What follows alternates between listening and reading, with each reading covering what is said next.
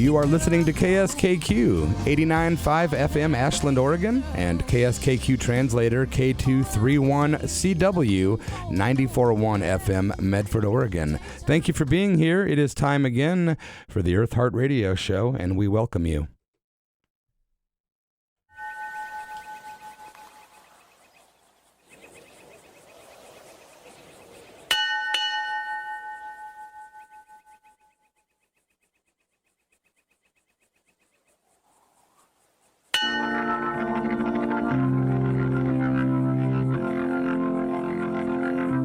Blessings and welcome to Eartheart Radio.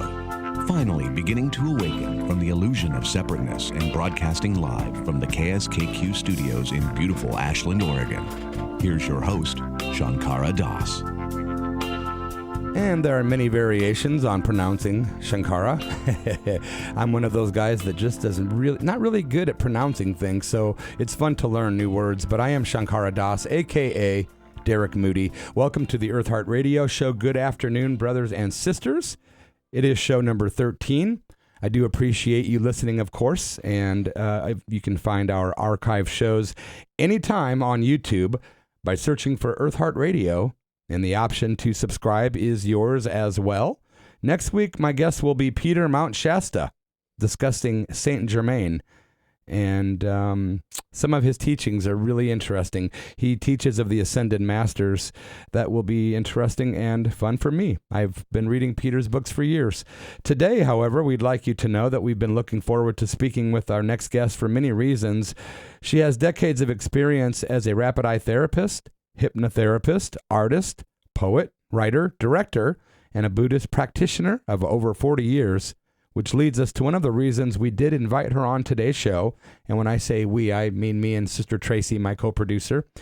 We are very intrigued by her association and co-founding of the Tashi Choling Buddhist Center in Ashland, Oregon. And we would like to please welcome Gaea Yudron to the Eartheart Radio Show.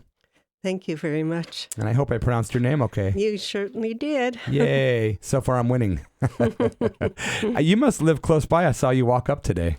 Well, I don't live that close by, but I did take a little walk.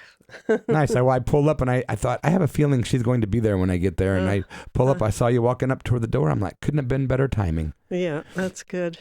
You know, I've been in the valley for about 10 years, give or take, and we've spent many days at the Tashi Choling. It's such a beautiful place. People that have been there, I'm preaching to the choir, but people that haven't been there, it's a really beautiful place with a great statue garden and beautiful temple, lovely people. And we've been there many times, and then I find out that you're the person that was one of the people responsible for that beautiful institution being brought to the valley. Could you give us a nutshell version of how that happened? Well, first, I wouldn't say I'm the co-founder. I mean, really, Gyatrul Rinpoche is the founder, but it was a fortunate occasion for me because I met Rinpoche in the Bay Area, and my ex-husband and I invited him up to visit, and he came to teach. He said he would come and visit, and he wound up teaching at what was then called Southern Oregon College, State College. So, that immediately attracted quite a gathering of people. And then we had a center in Ashland, and in 1979, Rinpoche moved to Ashland from the Bay Area. So that was really, things took off pretty fast. We had a center in Ashland, and Rinpoche wanted to build a retreat center. And so we started looking for land and wound up on that piece of land in the Colstein Valley. Boy, it couldn't have been a more perfect piece of land. Am I wrong?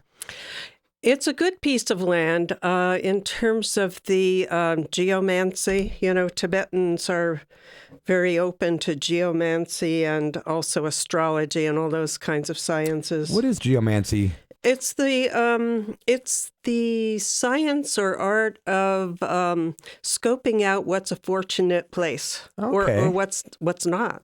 So was there any official word once he received that land that, hey, this is the right place? Were people happy with that? Actually, there was another piece of land that was further south in the valley that Rinpoche really liked a lot.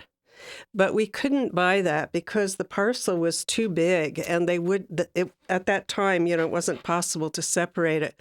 But the place that we wound up building on was, let's see, I guess it was gone over on an energetic level by different lamas. They all agreed with Gyaltsen Rinpoche about the auspicious signs, about the land. So, the very first time we went there, which was years ago now, we drove up the hill, to the actual temple, parked the car, and we looked up and we saw 3 or 4 white doves just circling the place.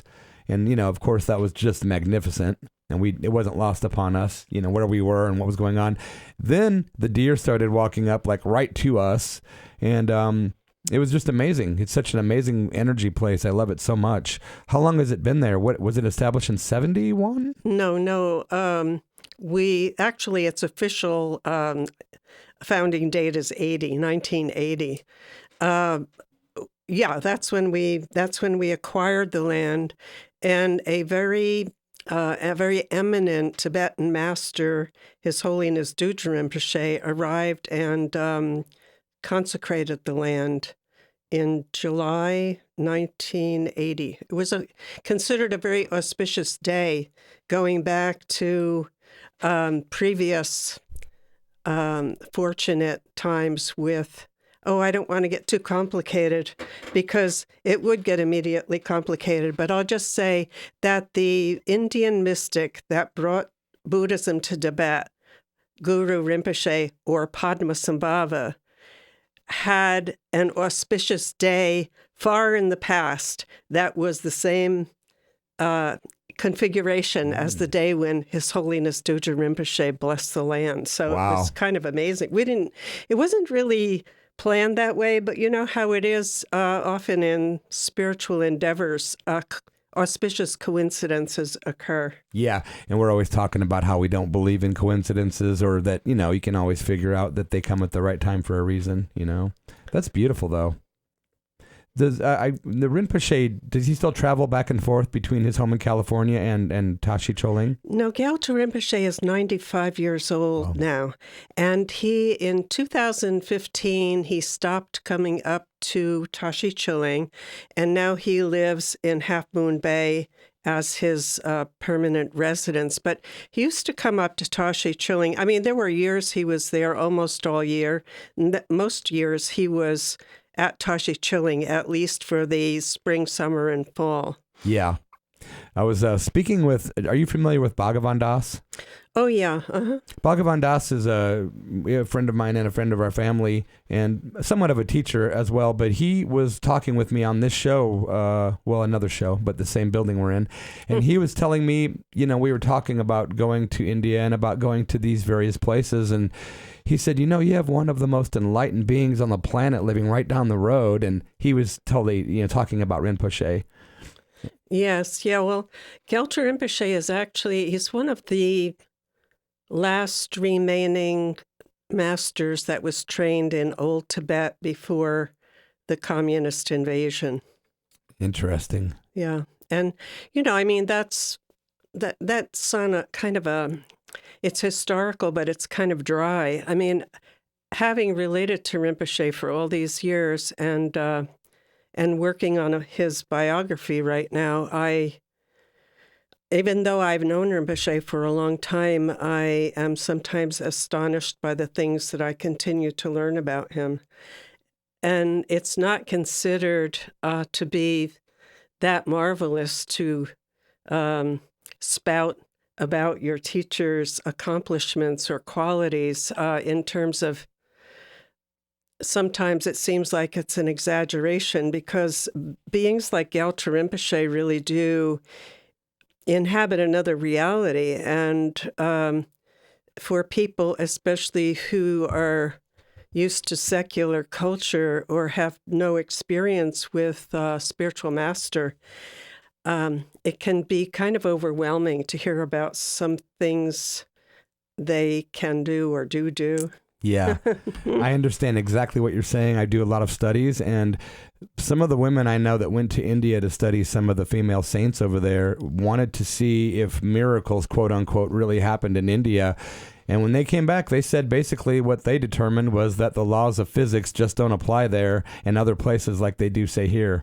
And there's just no explaining some of those things. There are miracles, there are divine happenings, and people like Rinpoche are tapped into that because they've spent so many years and lives getting it right, I guess, right? Yeah. Well, of course, Rinpoche is a title that means precious teacher, and it indicates someone who is consciously reincarnated. So, a tulku, someone who comes back purposely to continue the work of helping sentient beings who are not enlightened. Exactly. Are you familiar with the artist known as Tulku? No, I am not. Just last night, I was getting music ready for today's show, and I found a CD of a man named Tulku, and that's the name he goes by. And he had a CD with all these different tracks, and each track featured a different spiritual guest, like Krishna Das, people like that. And when I was getting it ready, I somehow snapped the CD, and it broke. But that happened last night. That's so funny you mentioned Tulku, because that just happened last night. So I ordered a new copy today. Well, yeah, that's good. In the book that I'm working on, actually, I have been working on this, including parts of this teaching that Gyaltsen Rinpoche gave about Tulku, because on the one hand, Tulku is very elevated and special and refined, thinking of having the capacity to consciously choose one's reincarnation rather than simply being thrown into whatever dimension after death. That's quite elevated. But in this teaching that Gyaltsen Rinpoche gave, he pointed out the ways in which beings who were involved in positive spiritual activities were engaged in being a tulku. And he had a lot of different other points that he made in the teaching. So I'm excited about including it in the book because there's room for thought there. Yeah. I'm very intrigued. I did not know you were working on a book about him. It's literally the biography of his life, eh? Yes, I've been working on it. Actually, sometimes I think to myself, when did I start working on this? But, when I first met Rinpoche in about 1981, I wrote an article for, I think it was called Lithograph. We had a newspaper in town, and I interviewed Rinpoche about sacred places and their magical or miraculous qualities. And there are lots of those in Tibet. So that was really that was my beginning of working on this book. But really, it's been the past 4 years that I've been focused on it, and I'm hoping to finish with the manuscript in the next few months. That was my next question. Yeah, because that's a book that I would be chomping at the bit to get in my hands. Well, you won't have to chomp too long, hopefully, because it hopefully will be published next year. Now, will you do a book sign, like a meet and greet book signing, maybe at Bloomsbury Books or like one of those kind of places? Yes, that would be nice. I'm hoping to do that. Yeah, that would be very good. And also probably at the library do a reading and that sort of thing. So maybe at Bloomsbury. We'll see which one works out first. Yeah. Any idea when you think that might happen as far as the completion?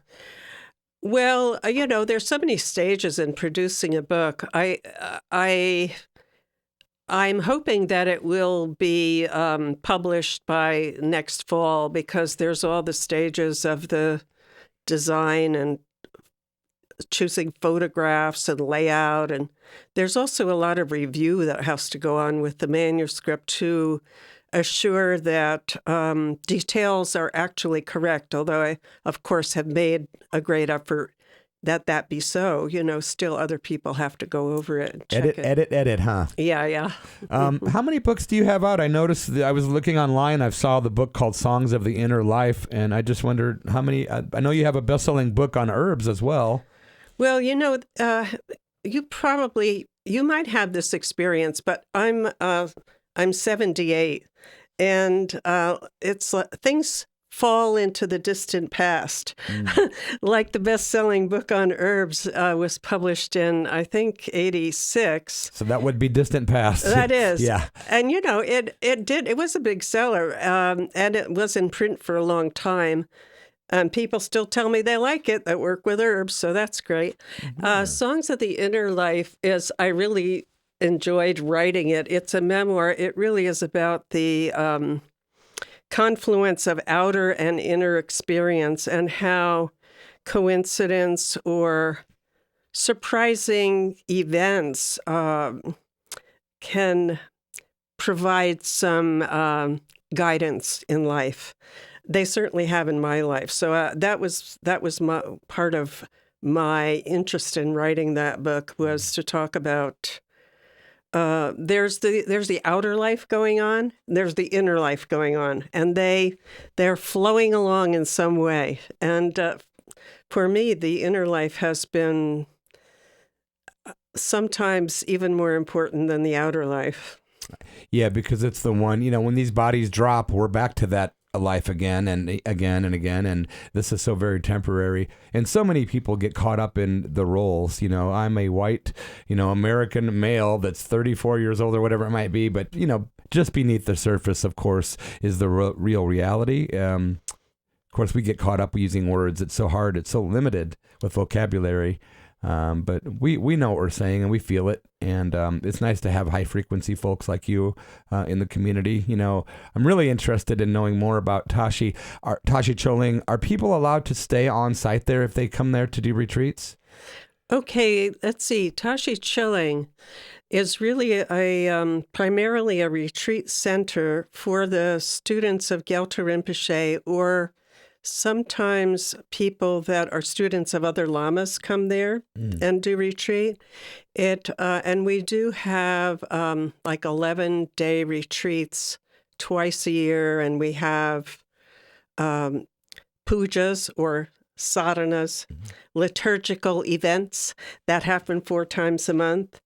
Tashi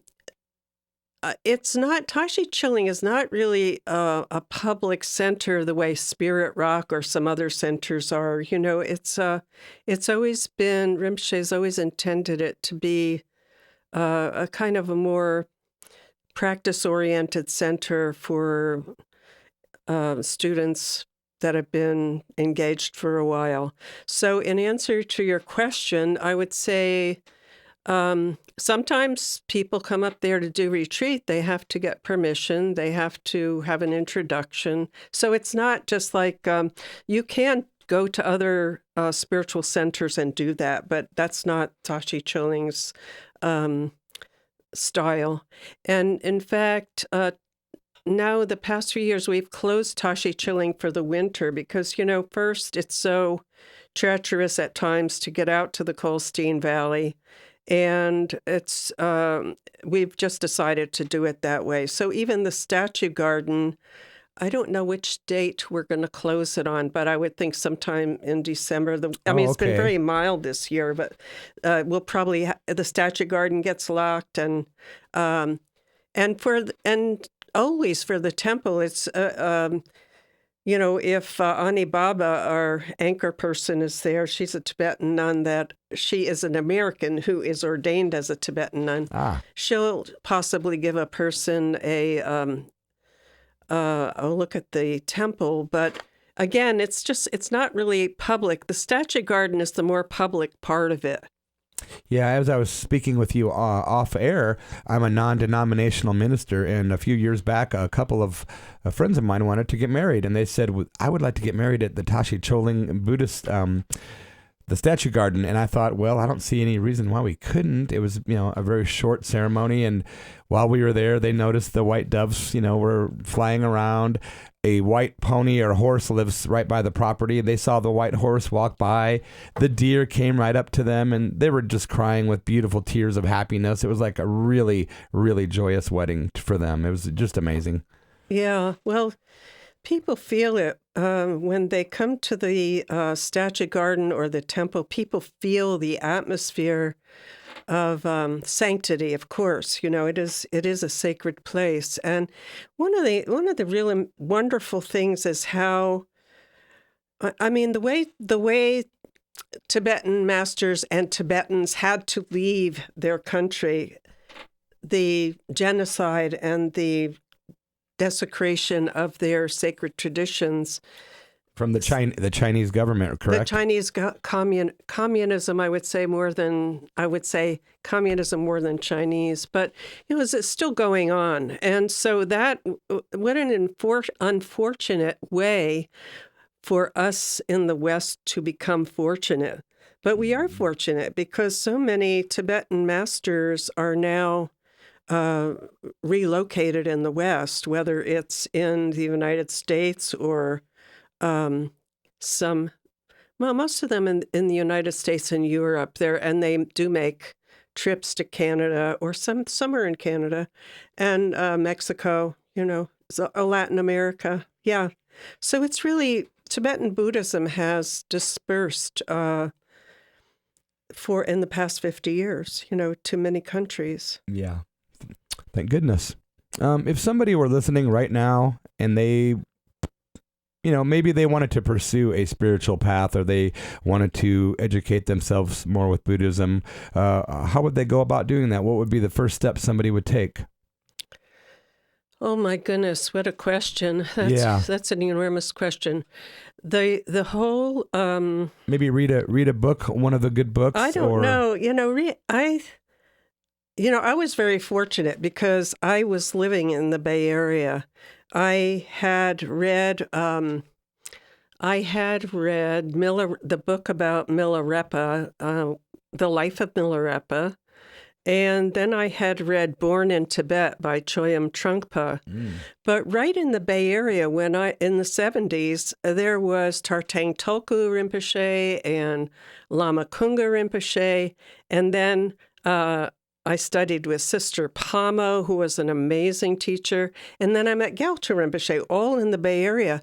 So I don't know. Sometimes I think about this. Each person is different. And some people will get more out of starting out with a book. And some will have more of an introduction by meeting an actual spiritual teacher. And I was very fortunate because I was right in a beautiful confluence of many really authentic Tibetan lamas that were very refined in their development.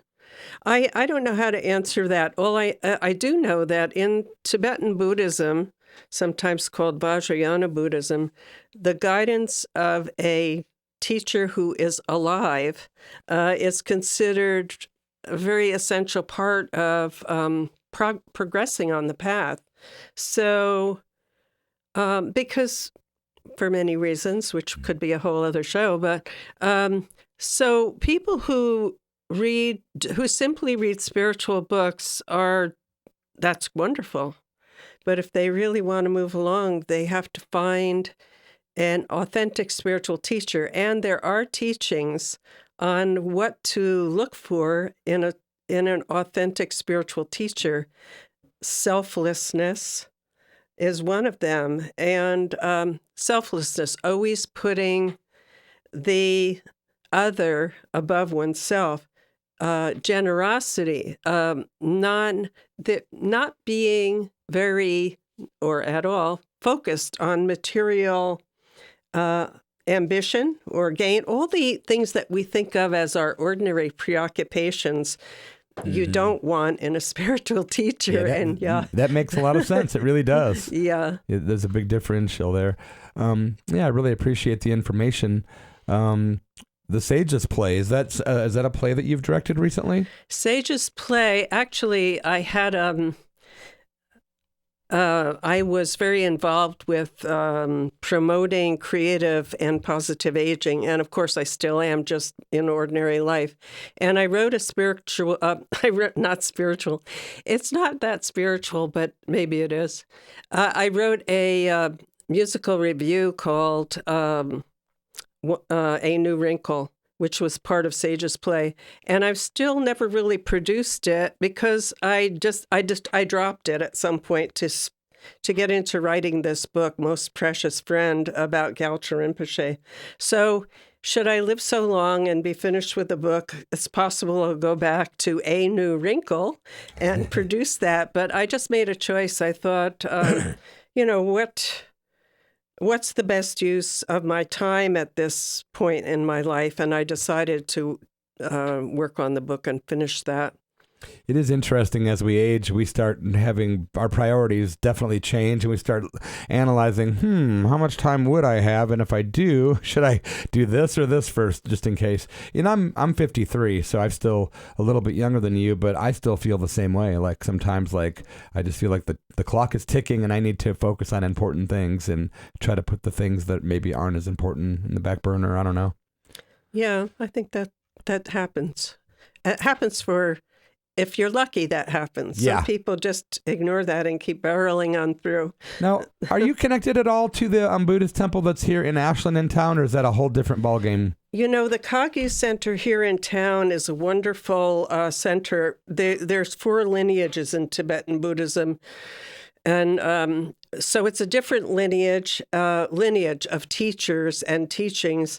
Kagyu and our center is Nyingma, and they are 2 of the lineages of the 4 that really have a lot of consonants, and there's a lot of ways to be in both lineages as a practitioner.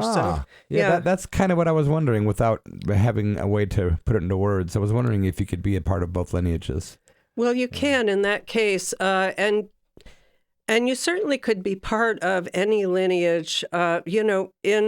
Since Tibet was dispersed, it's been even more obvious in order to preserve those ancient teachings. It's an ecumenical attitude towards all the lineages is really obviously positive, Yeah. And at the same time, when you start to engage in some spiritual practices in a lineage, you're going to want to focus on those and not get distracted, because there are countless teachings. Yeah. That's beautiful. I guess picking what you're into, it probably just comes from inside. Somebody just feels a subconscious pull in one direction or another, or something interests you, and you just kind of go for it, I guess, at that point. I think that can happen for some people, and for some people, their root lama will actually direct them, see that the teacher will actually see some way to direct them by looking at them in a thorough way, I'll say. That's beautiful. Yeah, that'd be great to have a lama say this way. Yes, yeah. For some people, anyway. Yeah. Uh-huh. Yeah, I really appreciate you coming in today. It's been fun talking. I wish I had more time to get a little bit deeper, because there's a lot of questions I would like to ask, but it would take us, like you said, into other conversations, basically. But I really do appreciate having you up today on the Eartheart radio show, and we've answered a few of my questions that I really wanted to ask. But I'm still having a hard time pronouncing names. I'm going to spotlight Gaea Yudron Gyatrul. How am I going to? I need to make a note. Gyatrul. Tibetan words, of course, are different from English words. Gyatrul Rinpoche. Okay. Uh-huh. Yeah, today we spotlight a saint every week on the show, which basically means I do a little bit of talking. I've done some research, and we give folks some information about a high frequency person that's temporarily living in a body. And today we're going to features Gyatrul Rinpoche. Okay. Yeah. Thanks so much for being here today. I really appreciate it. If you're just now tuning in, you're listening to the Eartheart radio show with Derek Moody. And of course, Gaea Yudron is my guest. And once again, thank you for being here. Thank you very much. Yeah, many blessings to you. And I hope to see your books as they keep coming out. Oh, thanks so much. Yeah, thank you so much. My friends, I must give some love to one of our underwriters, because they help keep us on the air. Locals Guide is proud to be an underwriter of KSKQ. Locals Guide is committed to community building through the creation of positive media.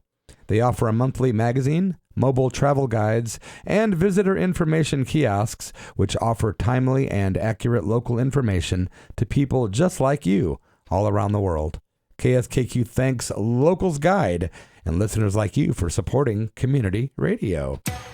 All paths lead to getting higher up the proverbial mountain. Eartheart Radio with Shankara Das on KSKQ. And now the tricky part is getting my music situated as I'm trying to talk at the same time. We do like to play beautiful music here at Eartheart, and I found something pretty interesting today. I'm sure that you're all familiar with the artist known as Tina Turner. Maybe you didn't know that Tina Turner is a Buddhist, and I found a really beautiful song that I'm not going to really attempt to.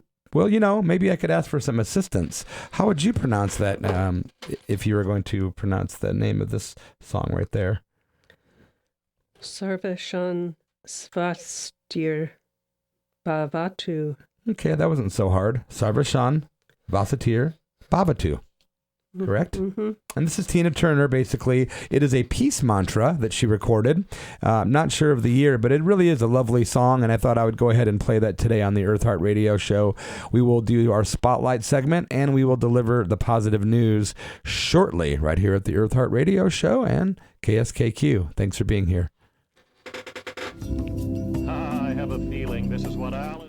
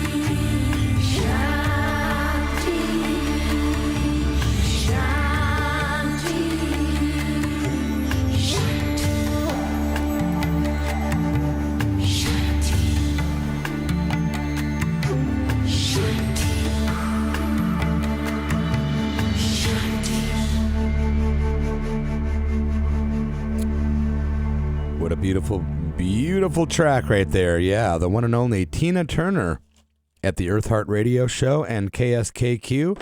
Yeah, you might be surprised, but Tina Turner's done a whole body of work of Buddhist music and mantras, and that was awesome.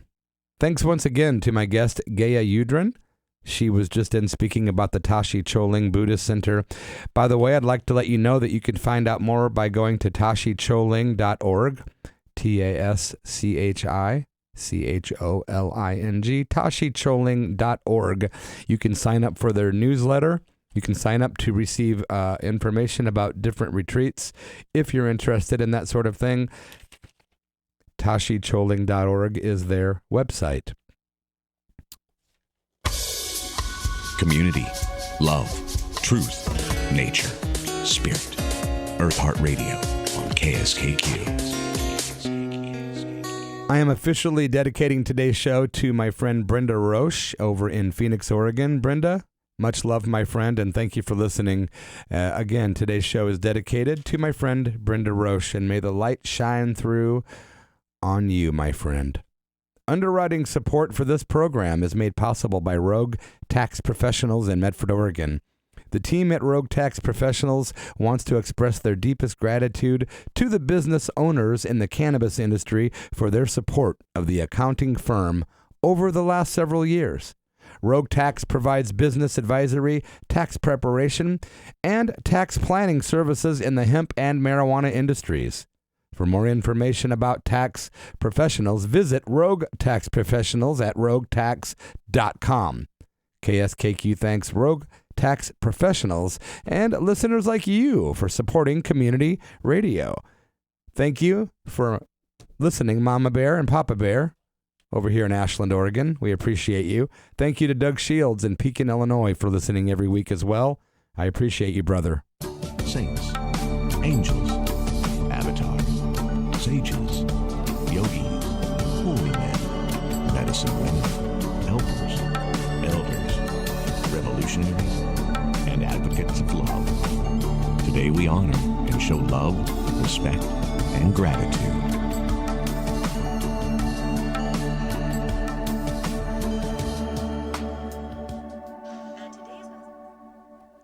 Each week, my friends, I do like to choose a very high-frequency soul inhabiting a temporary human body in order to, well, educate you and me and the world on the good vibes of said individuals. So today is no exception, and I'm excited to do my little spotlight on the very man that founded Tashi Choling Buddhist Center. Gyatrul Rinpoche is who I'm speaking about. Gyatrul Rinpoche is a senior lama of the Palyol lineage of the Nyingma school of Tibetan Buddhism. Born in China near the Tibetan border in 1924, he was recognized at a young age as the incarnation of Sampa Kungyap, a Palyol lineage meditator who spent his life in retreat and who later gave empowerments and transmissions from his retreat cave to multitudes of disciples. During his extensive spiritual training, Gyatrul Rinpoche received personal instruction by numerous renowned masters, After fleeing from Tibet into exile in India in 1959, he continued his spiritual training and served the Tibetan community in India in various ways until 1972, when His Holiness the Dalai Lama sent him to Canada to offer spiritual guidance to Tibetans who had settled there. Since then, he has taught widely throughout North America, establishing many Buddhist centers, which does include Tashi Choling here in Ashland, Oregon.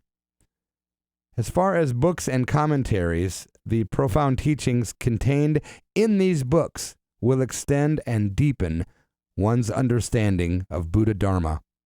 Some of the book titles are Meditation, Transformation, and Dream Yoga, Deity Generation, Natural Liberation, Spacious Path to Freedom, and Naked Awareness. That's a lot of books. The Tashi Choling website is a great resource. I go there by hopping online at www.tashicholing.org. I'd like to share something that Rinpoche shared with us via that website in September of 2018, and this was simply titled Blessings. The Lama's blessings are not on any schedule. They give their blessings inconceivably and continuously in whatever way might benefit us. We need to study and practice so that our minds are open to that blessing on every level, outer, inner, and secret. If we are never willing to give up our negative habits, our minds will not be able to open. Please, everyone, try to appreciate more and more deeply what the Lamas have given us. Appreciate doesn't mean saying, wow, now I'm really special. See what the Lamas gave me? I don't know if they gave this to anyone else, but I got my own special thing. Don't be that stupid. To appreciate blessings means to internalize them, letting them mingle with your mind. Then your faith will deepen and you will become more humble. Slowly, as your negative habits subside, your qualities will blaze forth of their own accord, not because you are boasting or showing them off to everybody. That is how we should show our appreciation for all of the Lama's blessings. Everybody, please, try sincerely to practice in this way. Wow, I love it. Sending my personal blessings to Gaea Yudron Rinpoche and his wisdom. Thank you so much, Gaea Yudron Rinpoche. So much love. And this guy is one of the more high power frequency people on the planet. You've got to love it. You really do. You're listening to Eartheart Radio with your host, Shankara Das. The Saint He Ain't. On KSKQ. Air, trees, water, animals. Eartheart Radio on KSKQ. Saying hello to Russell Figueredo, listening to the Eartheart Radio show in upstate New York, or maybe he's in New York City, but either way, Russell Figueredo, thanks for listening in the state of New York.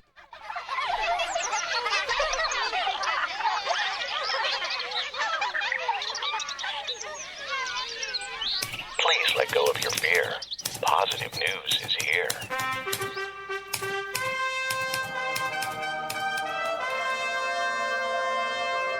Things aren't as bad as it seems, no matter what they say. News with an agenda is meant to instill fear. True news can instill hope.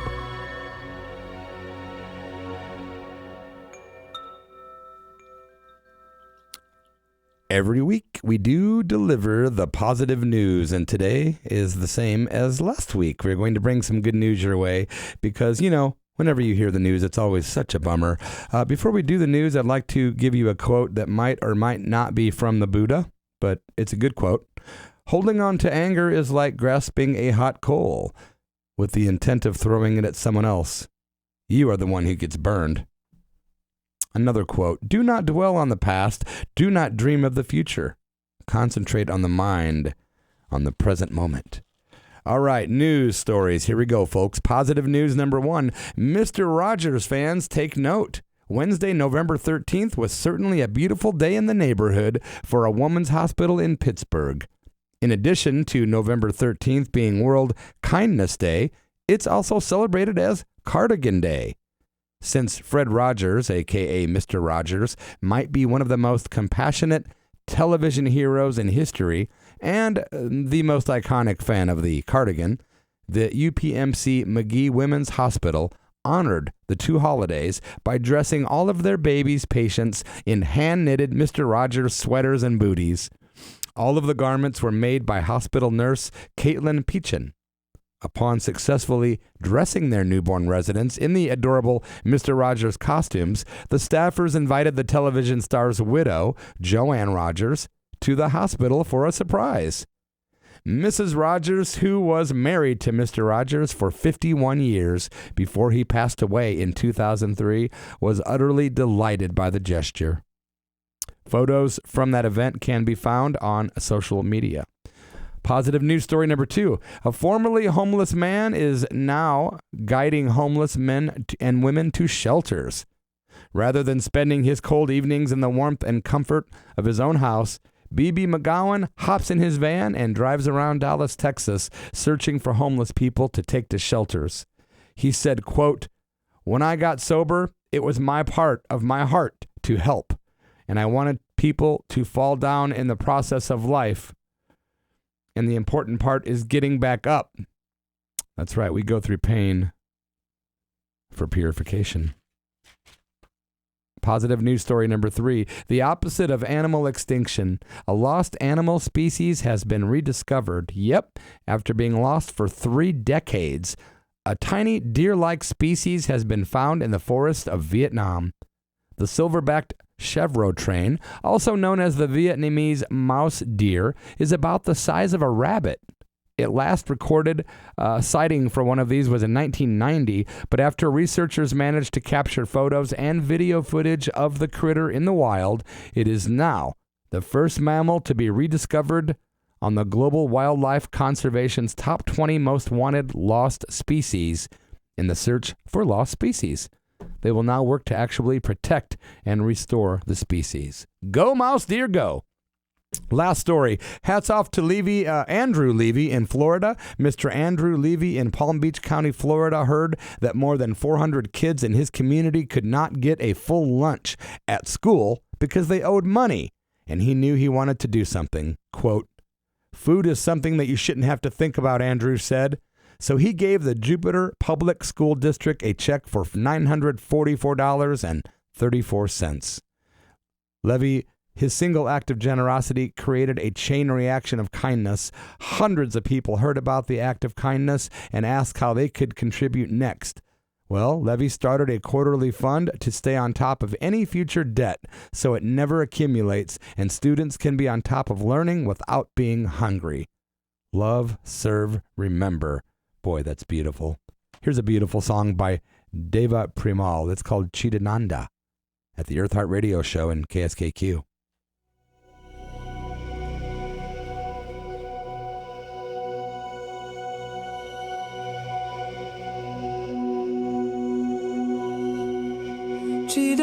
Chidananda Rupa Shivoham Shivoham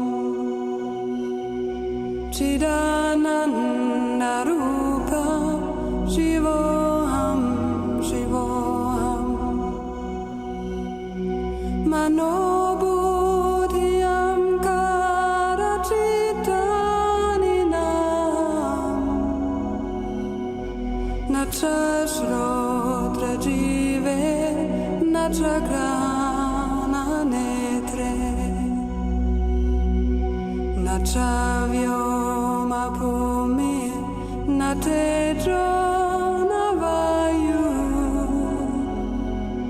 Chidananda Rupa Shivoham Shivoham Chidananda Rupa Shivoham Shivoham Nachaprana Sagno Navapanchavayu Navasaptadatu Navapanchakosha Nawakpanipadam Pastapayu Chidananda Rupa Shivoham Shivoham Chidananda Rupa Shivoham Shivoham Namedve Shanago Namelo Madone Vamene Vamatsarya Bhava Natarmo Nacharto Nakamo Namoksha Chidananda Rupa Shivoham Shivoham Chidananda Rupa Shivoham Shivoham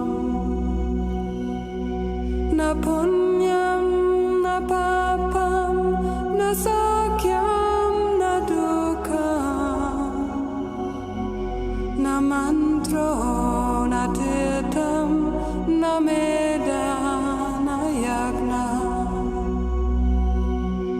aham bojanam neva bojam na bhokta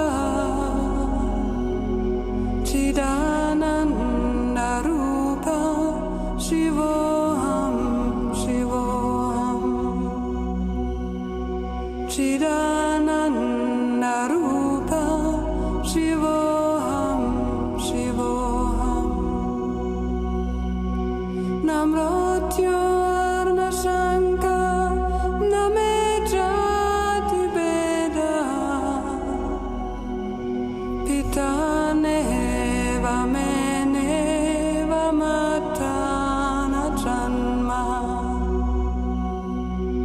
Nabandhur Namitram Gurune Rashishya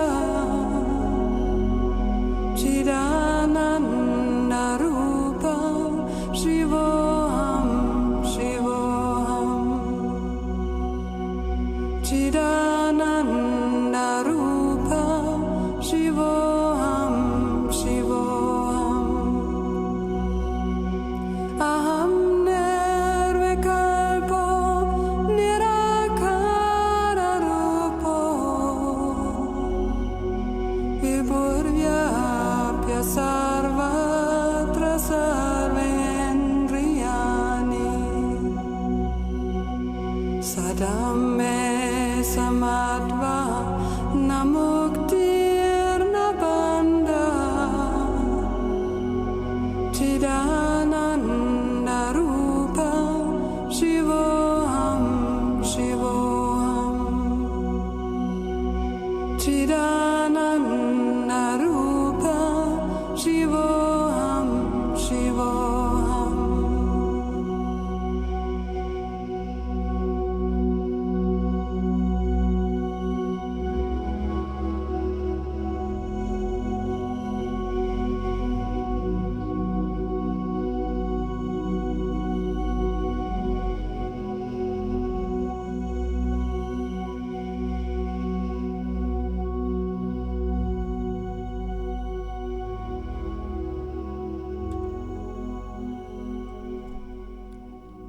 You are listening to the Eartheart Radio Show on KSKQ Radio. Thanks for being here. I'm Shankara Das, a.k.a. Derek Moody. I'll be back this evening at 7 o'clock with my lovely co-host, Sister Tracy, as we bring you the Church of Rock Radio Show tonight. And, my friends, thanks again for being here. Next week on the show, Peter Mount Shasta, a legend. Look him up if you wish. Peter Mount Shasta on Google. Hare Krishna, Krishna Krishna, Hare Hare, Hare Rama, Rama Rama, Hare Hare. Blessings, my friends. And I will say you're listening to KSKQ 89.5 FM Ashland, Oregon, and KSKQ translator K231 CW 94.1 FM Medford, Oregon. Thanks for being here today. I appreciate and love all of you.